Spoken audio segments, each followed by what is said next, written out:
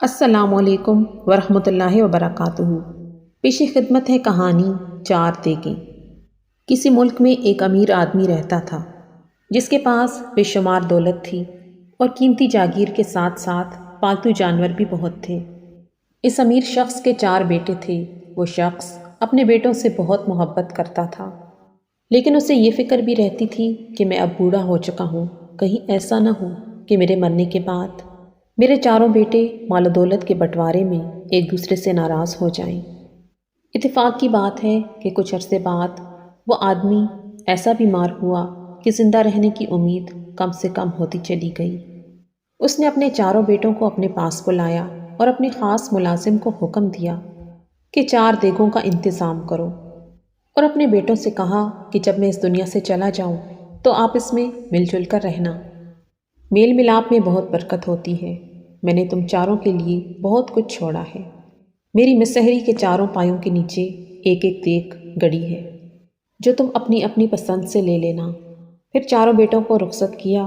پھر چاروں دیگیں آ گئیں۔ پھر ملازم کی مدد سے ان دیگوں میں جو بھی بھرنا تھا وہ بھرا اور چاروں پایوں کے نیچے ان دیگوں کو گاڑ دیا۔ پھر جب امیر آدمی کو یہ احساس ہو گیا کہ اس کی آخری سانسیں ہیں تو اس نے اپنے چاروں بیٹوں کو اپنے پاس بلایا اور ان سے کہا، پیارے بچوں، دھن دولت کے لیے اکثر بہت خون خرابہ ہوتا ہے۔ میرے پاس جو کچھ بھی تھا وہ میں نے 4 حصوں میں تقسیم کر دیا۔ تم میں سے ہر ایک کے حصے کی دیگ تمہیں مل جائے گی۔ میرے لیے تم سب میری آنکھوں کے تارے ہو۔ میں چاہتا ہوں کہ میرے جانے سے پہلے تم سب کو اپنا اپنا حصہ مل جائے۔ چاروں بیٹوں نے اپنی گردن جھکا دی۔ باپ نے سب سے پہلے چھوٹے بیٹے کو اپنی پسند کا پایا منتخب کرنے کو کہا۔ پھر دوسرے تمام بیٹوں نے بھی ایسا ہی کیا، اور سب مطمئن ہو کر بوڑھے باپ کے پلنگ سے ہی لگے بیٹھے رہے تاکہ باپ کی پیار بھری نظروں کے سامنے رہیں۔ پھر ان کا باپ فوت ہو گیا اور باپ کے انتقال کو اتنے دن بیت گئے کہ تمام رسمیں ادا ہو گئیں۔ 40ویں کا انتظام بھی تمام بیٹوں نے مل کر بہت شاندار طریقے سے کیا۔ دولت کی تو کمی نہ تھی، خیر خیرات کے سلسلے بھی جاری رہے۔ پھر آخر ایک دن سب بھائیوں نے فیصلہ کیا کہ اپنی اپنی دیگوں کو دیکھا جائے کہ ہمارے باپ نے کس کو کیا دیا ہے۔ ان چاروں نے اپنی اپنی دیگوں کو نکالا تو انہیں بہت حیرت ہوئی، کیونکہ ایک دیگ میں تو ہیرے اور جواہرات تھے، دوسری دیگ سونے سے بھری ہوئی تھی، مگر تیسری اور چوتھی دیگ میں کچھ نہ تھا سوائے اس کے کہ ایک میں مٹی بھری ہوئی تھی اور دوسری میں ہڈیاں تھیں۔ جن بیٹوں کو ہیرے جواہرات اور سونے والی دیگیں ملی تھیں وہ تو بہت خوش تھے، جبکہ مٹی اور ہڈیوں والی دیگوں والے بھائی بہت رنجیدہ اور ناراض سے تھے۔ انہوں نے وہ دیگیں قبول کرنے سے انکار کر دیا اور شکایت کرنے لگے کہ ہمارے مرحوم باپ کا تو یہ کہنا تھا کہ ملکیت میں سب کو برابر برابر سب کچھ ملے گا۔ کیونکہ چاروں بھائی اپنے باپ کو انصاف پسند اور نیک دل خیال کرتے تھے، اس لیے آپس میں لڑائی جھگڑا کرنے کے بجائے انہوں نے یہ مناسب سمجھا کہ کوئی ایسا شخص تلاش کیا جائے جو یہ بتا سکے کہ مٹی اور ہڈیوں والی دیگ لے کر انہیں کیا ملے گا۔ جب بہت تلاش کے بعد ایسا کوئی شخص نہ ملا تو انہیں خیال آیا کہ بادشاہ کے دربار میں ان کے باپ کی بہت عزت تھی، اس لیے بہتر ہوگا کہ بادشاہ کے پاس جائیں اور اس سے پوچھیں کہ وہ اس بارے میں کیا کہتا ہے۔ جن بھائیوں کو جواہرات اور سونے والی دیگیں ملی تھیں انہوں نے بھی یہی سوچا کہ بادشاہ سلامت بہت عقل مند ہیں، ویسے بھی یہ کیسے ہو سکتا ہے کہ ہمارے 2 بھائی ملکیت سے محروم رہے؟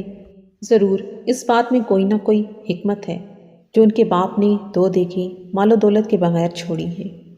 ویسے تو ابا جان نے ہمیں اپنی اپنی پسند کی دیگ منتخب کرنے کی اجازت دی تھی، اب یہ ہماری قسمت تھی کہ کس کو کیا ملا۔ چاروں بھائی پوری تیاری کر کے بادشاہ کے محل کی طرف چل پڑے۔ راستے میں دیکھا کہ ایک چہیتا شہزادہ گھوڑے پر سوار شکار کے لیے جا رہا ہے۔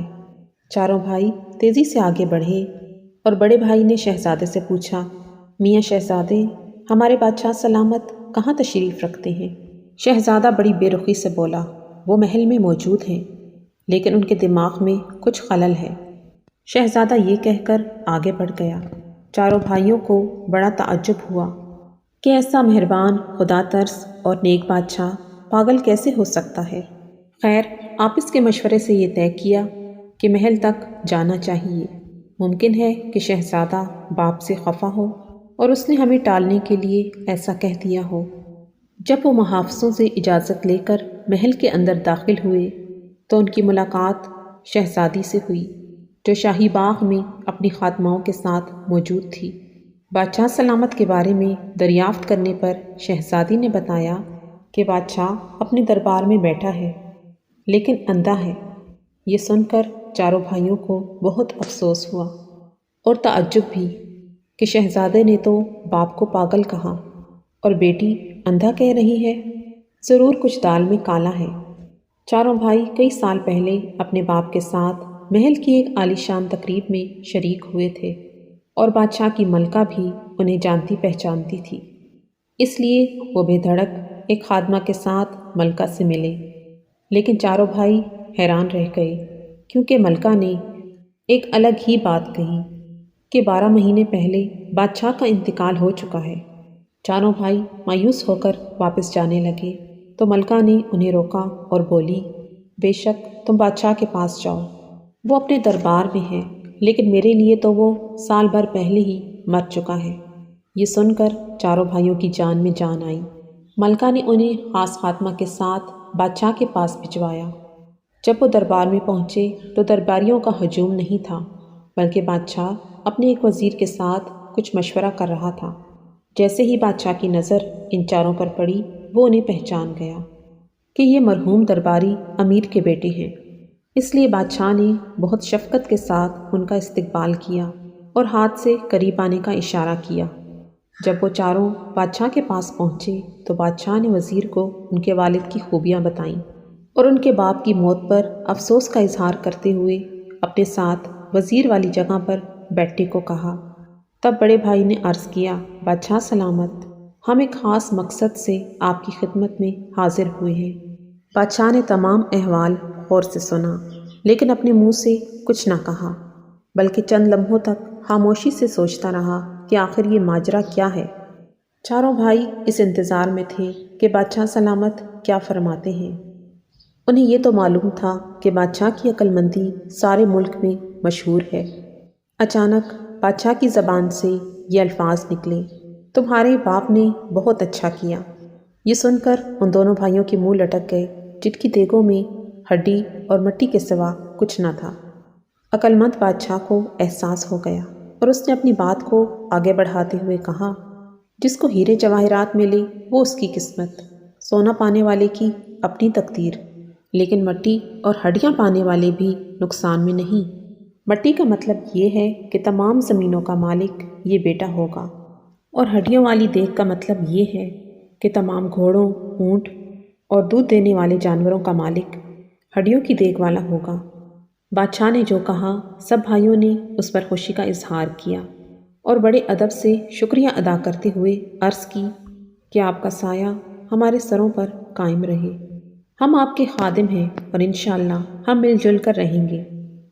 رخصت ہوتے وقت بڑے بھائی کو شہزادے، شہزادی اور بادشاہ کی ملکہ کا خیال آیا۔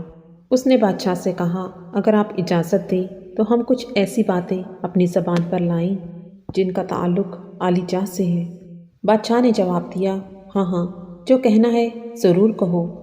بڑے بھائی نے بتایا کہ جب ہم حضور کی خدمت میں حاضر ہونے کو آ رہے تھے تو شہزادے سے ملاقات ہوئی جس نے آپ کے دماغ میں خلل کی بات کی۔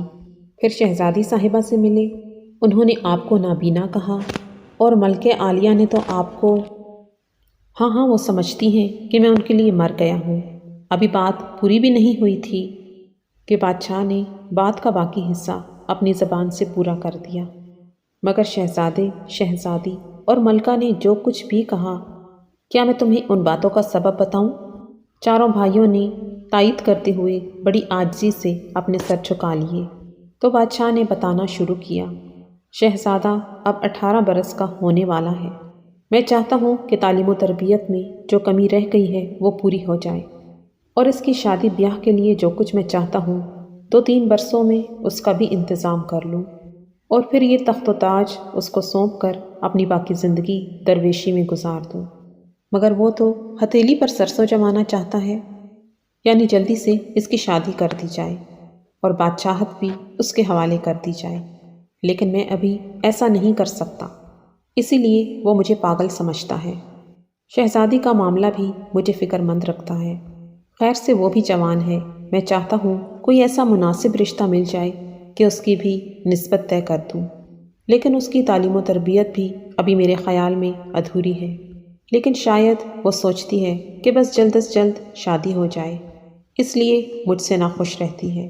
وہ روزانہ نظر آتی ہے لیکن منہ سے کچھ نہیں کہتی، اور ملکہ نے جو کچھ کہا وہ اس لیے کہ سال بھر پہلے ہم دونوں سیر و تفریح کے لیے جاتے تھے، اکثر کھانا بھی اکٹھے کھاتے، لیکن خدا کا کرنا ایسا ہوا کہ ہمارے ملک کی خوشحالی اور ترقی کے دشمنوں نے یہ بات پسند نہ کی کہ غریب لوگ جاگیرداروں کی غلامی سے آزاد ہو جائیں۔ تمہیں معلوم ہوگا کہ میں نے بے زمین کاشتکاروں کو زمین دے کر یہ حوصلہ دیا کہ آج وہ اپنے باغوں اور کھیتوں کے مالک ہیں، کتنی اچھی فصلیں اگا رہے ہیں، لیکن جاگیرداروں کا گروہ انہیں طرح طرح سے ڈرا دھمکا رہا ہے۔ روزانہ بے شمار شکایتیں اور فریادیں سنتا ہوں۔ میں نے اپنے آپ سے عہد کیا ہے کہ جب تک ظالموں کے ظلم و ستم سے مظلوموں کو آزاد نہ کرا دوں چین سے نہیں بیٹھوں گا، اسی لیے ہر وقت دربار میں موجود رہتا ہوں تاکہ کوئی فریادی اور کوئی بے سہارا مایوس نہ جائے۔ بے شک ملکہ کو میری کمی محسوس ہوتی ہوگی، لیکن اسے سوچنا چاہیے کہ اللہ تعالیٰ نے مجھے یہ تاج و تخت عیش کرنے کے لیے نہیں دیا۔ جب تک سارے لوگ سکھی نہ ہو جائیں میرا سکھ کس کام کا۔ بادشاہ سلامت یہ کہہ کر خاموش ہو گئے، اور چاروں بھائیوں کو بھی احساس ہو گیا کہ ان کے ملک کا بادشاہ واقعی بڑا نیک دل اور عقل مند ہے۔ انہوں نے ادب سے رخصت ہونے کی اجازت چاہی۔ بادشاہ نے انہیں رخصت کرتے ہوئے کہا، تم چاروں میری نصیحت یاد رکھنا کہ ایک رہو اور نیک رہو۔ کارساز حقیقی تمہیں شاد و آباد رکھیں۔ محترم ناظرین، آج کی کہانی آپ کو کیسی لگی؟ کمنٹ سیکشن میں اپنی رائے کا اظہار ضرور کیجیے۔ ویڈیو اچھی لگے تو اسے لائک کر دیں، چینل پہ نئے ہیں تو چینل کو سبسکرائب کر دیں۔ ملتے ہیں نئی ویڈیو کے ساتھ، تب تک کے لیے اللہ نگہبان۔